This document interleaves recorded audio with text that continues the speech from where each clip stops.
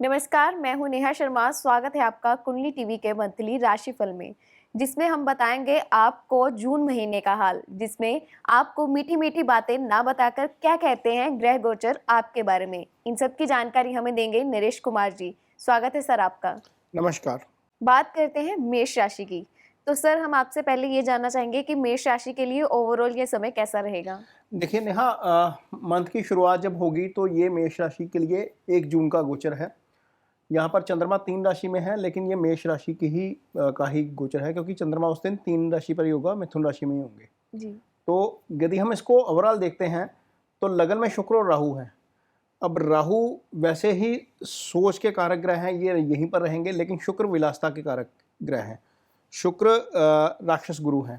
तो जी। जब राहु और शुक्र दोनों एक साथ हैं तो आपका ध्यान जो है वो विलासिता की तरफ ज़्यादा जाएगा, लग्जरी की तरफ ज़्यादा जाएगा। आपका खान-पान थोड़ा-सा बिगड़ सकता है शुक्र के कारण और सूर्य दूसरे भाव में होने के कारण। तो ये पहले 15 दिन थोड़ा-सा आपको ध्यान रखना पड़ेगा अपनी डाइट को लेकर, क्योंकि सूर्य जब तक वहाँ पर हैं, आपकी ईटिंग हैबिट्स को डिस्टर्ब करेंगे। अ, गोचर होगा नेहा, सबसे पहला गोचर तो 3 जून को जो है वो हो जाएगा, क्योंकि बुध जो है वो रेट्रोग्रेशन में चल रहे हैं, अभी वक्री अवस्था में है, यहीं पर मार्गी हो जाएंगे बुध। और उसके बाद शनि यहाँ पर जो कर्म स्थान के भी मालिक हैं और आय स्थान के भी मालिक हैं, ये वक्री हो जाएंगे। ये वक्री होंगे, इसका भी असर पड़ेगा। फिर 15 जून को सूर्य का राशि परिवर्तन हो रहा है। सूर्य दूसरे से तीसरे भाव में आएंगे। तीसरे भाव का सूर्य का गोचर अच्छा होता है, क्योंकि तीसरे भाव से पाप ग्रह जो हैं वो अच्छा फल देते हैं तीसरे भाव में। उसके बाद आपका शुक्र जो है वो 18 जून को जो है वो ट्रांजिट कर जाएंगे। शुक्र लगन से निकलकर दूसरे भाव में चले जाएंगे, अपने ही घर में चले जाएंगे। वो अपना उनकी अपनी राशि है, तो वहाँ पर शुक्र अपनी राशि में चले जाएंगे। मंगल यहाँ पर 12वें भाव में गोचर कर रहे हैं। लगन के मालिक का मंगल का 12वें गोचर करना अच्छा नहीं था एक तरीके से, लेकिन 27 को यहाँ पर आ जाएंगे। पूरा महीना ही खैर बीत जाएगा, लेकिन 27 जून को मंगल लगन में आ जाएंगे, राहु के साथ आकर अंगारक दोष बनाएंगे। उसके बाद चीज़ें थोड़ी सी यहाँ पर मैरिड लाइफ को लेकर डिस्टर्ब नज़र आती हैं। बाकी पूरे जो ट्रांजिट होगा, कितनी तरीके के बाद क्या चीज़ें होंगी, वो हम आगे जाकर डिस्कस करते हैं कि कहाँ पर क्या किन चीज़ों का ध्यान रखना है। जी।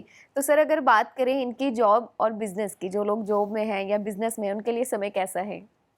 देखिए नेहा, यदि हम ओवरऑल स्थिति की बात करते हैं बिजनेस की, तो इन 2 भावों के मालिक शनि बनते हैं। जी। ये कर्म स्थान है, ये आय स्थान है। जब कर्म स्थान और आय स्थान के स्वामी शनि रेट्रोग्रेशन में चले जाएंगे, हालांकि अपने भाव में हैं, जी। अपनी राशि में हैं, ये मूल त्रिकोण राशि है उनकी, यहाँ पर शनि बहुत अच्छा फल करते हैं। लेकिन जब शनि यहाँ पर वक्री हो जाएंगे तो प्रोग्रेस थोड़ी सी स्लो हो जाती है। तो ये चीज़ थोड़ा सा हो सकता है कि ज़्यादा अच्छी नहीं है। लेकिन जो लोग काम कर रहे हैं विदेश से संबंधित, उनके लिए चीज़ें ठीक हैं। इमिग्रेशन का काम के लिए ठीक है, एक्सपोर्ट के काम के लिए ठीक है, क्योंकि गुरु 12वें भाव में बैठे हैं, छठे भाव को एक्टिवेट कर रहे हैं। छठा भाव दशम का नवम होता है, तो वहाँ पर चीज़ें ठीक हैं। अष्टम को भी एक्टिवेट कर रहे हैं, अष्टम से छुपा धन आता है, किसी का इंश्योरेंस का काम है, वहाँ पर जी। चीज़ें ठीक हैं। और रिसर्च का जिनका काम है, वहाँ पर भी चीज़ें ठीक हैं। लेकिन जिनका काम वैसे जॉब का है, जो जॉब करते हैं, वहाँ पर चीज़ें थोड़ी सी एग्जीक्यूशन स्लो हो सकती है, या थोड़ा सा जो बिज़नेस करते हैं, जो डोमेस्टिक बिज़नेस करते हैं, उनके लिए चीज़ें थोड़ी सी स्लो हो सकती हैं। लेकिन फ्लो ऑफ मनी जो है वो नहीं रुकेगा, फ्लो ऑफ मनी लगातार बना रहेगा, क्योंकि गुरु जो है वो जब यहाँ पर बैठते हैं तो चौथे भाव को भी एक्टिवेट करते हैं। सुख स्थान है, सुख में किसी तरह की कमी नहीं आ रही है।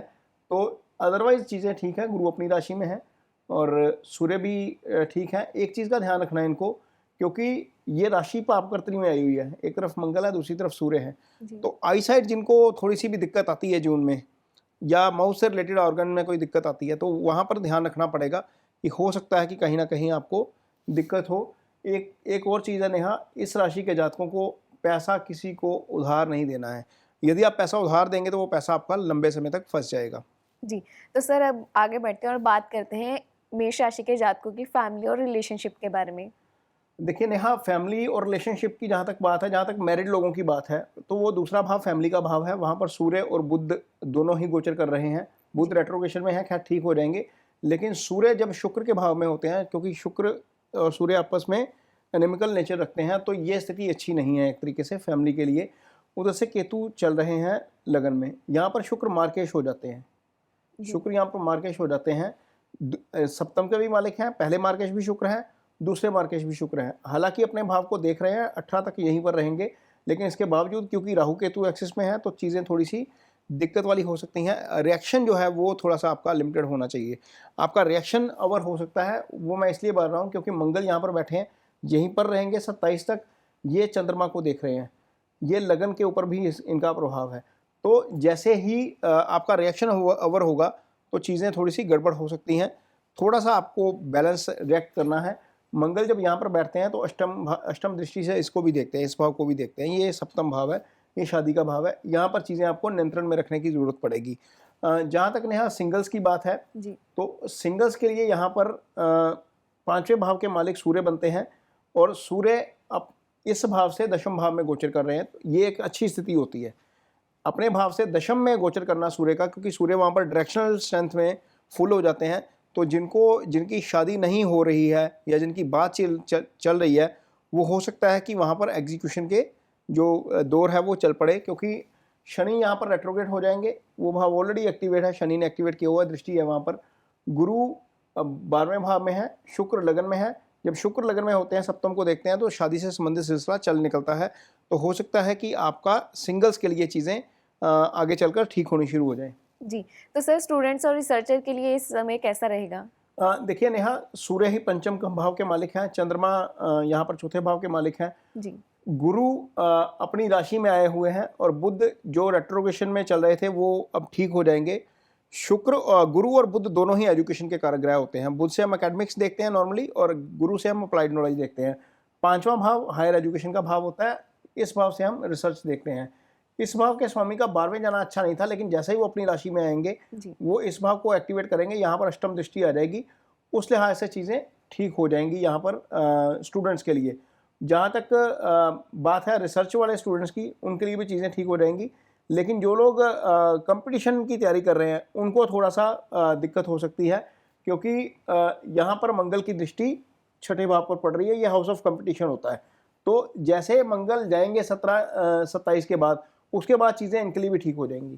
तो सर अगर बात करें इनकी हेल्थ की और ट्रैवल की, उस लिहाज से कैसा समय है? देखिए नेहा, जिनको तो कोई समस्या चल रही है स्टमक से रिलेटेड, या कुछ लोगों को गॉल ब्लैडर्स का इशू हो जाता है, कुछ लोगों को लोअर बैक का इशू हो जाता है, तो यहाँ पर ऐसा हो सकता है कि डॉक्टर सजेस्ट करे आपको कि सर्जरी करवानी पड़ेगी। उसका कारण यह है कि मंगल देख रहे हैं, मंगल ब्लड के कारक है। मंगल जब किसी भाव को एक्टिवेट करते हैं, खासतौर पर जब वो लोअर पोर्शन वाला भाव होता है, यहाँ पर मंगल खुद मालिक है उस भाव के, तो ऐसा संभव है कि कहीं ना कहीं सर्जरी की नौबत आ सकती है।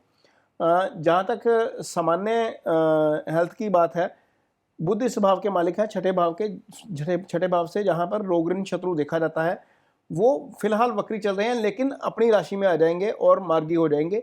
मार्गी होने के बाद ही ये चीज़ें ठीक हो जाएंगी। लेकिन हाँ, जिनको सर्जरी का टाइमिंग आया हुआ है या डॉक्टर ने बोला हुआ है, हो सकता है कि वो सर्जरी इस महीने में हो जाए। जहाँ तक नेहा ट्रैवल की बात है जी, तो इस भाव से हम ट्रैवल देखते हैं, 9वां भाव ट्रैवल का भाव है। चंद्रमा से हम ट्रैवल देखते हैं, चंद्रमा 9वें भाव को वैसे ही एक्टिवेट कर रहे हैं महीने की शुरुआत में ही, तो ऐसा हो सकता है कि आप थोड़ा सा रिलीजियस टूरिज्म की तरफ ज़्यादा जाए, क्योंकि इस भाव के मालिक यहाँ पर गुरु हैं और गुरु विदेश वाले भाव में भी बैठे हैं। ऐसा भी संभव है कि जिन लोगों का प्लान था बाहर जाने का, यात्रा नहीं हो पा रही थी, टिकटिंग की प्रॉब्लम आ रही थी। अभी हमने देखा है कि इंडिया ने काफ़ी सारे देशों के साथ जो एग्रीमेंट किया हुआ था, कोविड ख़त्म होने के बाद वो सारे एग्रीमेंट जो है वो दोबारा रिव्यू हुए हैं और सारे देशों के लिए यात्रा खुल गई है।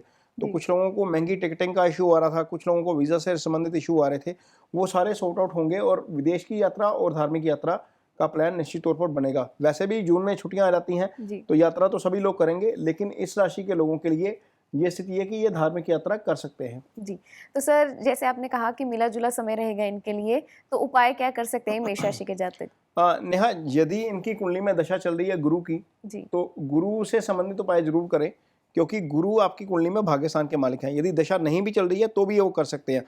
और सबसे बड़ी बात यह है कि नेहा, जो हम इस राशिफल में उपाय बताते हैं उसका कोई एडवर्स इम्पैक्ट नहीं है जी। जो उपाय बताए जाते हैं उससे नुकसान कोई नहीं होगा, फ़ायदा ही होगा। कई बार हम स्टोन पहना देते हैं कुछ लोगों को, उसका एडवर्स इम्पैक्ट हो जाता है, लेकिन जो उपाय ईजी वाले कुंडली टीवी पर बताए जाते हैं, राशिफल के दौरान बताए जाते हैं, वो बिल्कुल ईजी हैं, आपके मन को राहत देते हैं। अब मन को राहत देने वाला पहला उपाय तो यह है कि आप किसी बच्चे को स्टडी में हेल्प कर दें किसी भी तरीके से। वो आपको मेंटल सेटिस्फेक्शन भी देगा, आपके गुरु को भी मजबूत करेगा। गुरु एजुकेशन के कारक ग्रह हैं, आप किसी भी तरीके से हेल्प कर सकते हैं। आप पढ़ा सकते हैं पर्सनली, तो वो एफर्ट कर लीजिए। यदि आप स्टेशनरी किसी को जो अफोर्ड नहीं कर सकता उसको दे सकते हैं तो वो कर लीजिए। बुक्स अफोर्ड नहीं कर सकता वो दे दीजिए। यदि आप ट्यूशन फीस में हेल्प कर सकते हैं तो वो कर दीजिए। तो मीन्स किसी भी तरीके से किसी को ज्ञान देना गुरु का सबसे अच्छा उपाय होता है। ये मेंटल सेटिस्फेक्शन देगा आपको, और आपको इस उपाय का कोई नुकसान नहीं है। दूसरा उपाय जो आप कर सकते हैं, गुरु जो है वो फलदार पेड़ों के कारक ग्रह हैं।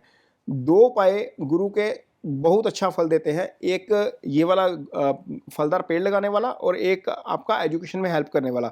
तो फलदार पेड़ लगाएंगे तो उससे निश्चित तौर पर, क्योंकि आगे मानसून आ रहा है, जी। तो ये ग्रो जल्दी करेंगे। जैसे ही ये ग्रो करेंगे वैसे वैसे आपका गुरु मजबूत होगा। जब गुरु भाग्यस्थान के मालिक हैं, भाग्य मजबूत होता जाएगा आपका। तो ये दो काम आप निश्चित तौर पर जरूर करिए। ये उपाय के तौर पर भी किए जा सकते हैं, वैसे भी किए जा सकते हैं। जी, तो ये था मेष राशि का हाल। नेक्स्ट एपिसोड में हम बात करेंगे अगली राशि वृष की। जुड़े रहें हमारे साथ। धन्यवाद। नमस्कार।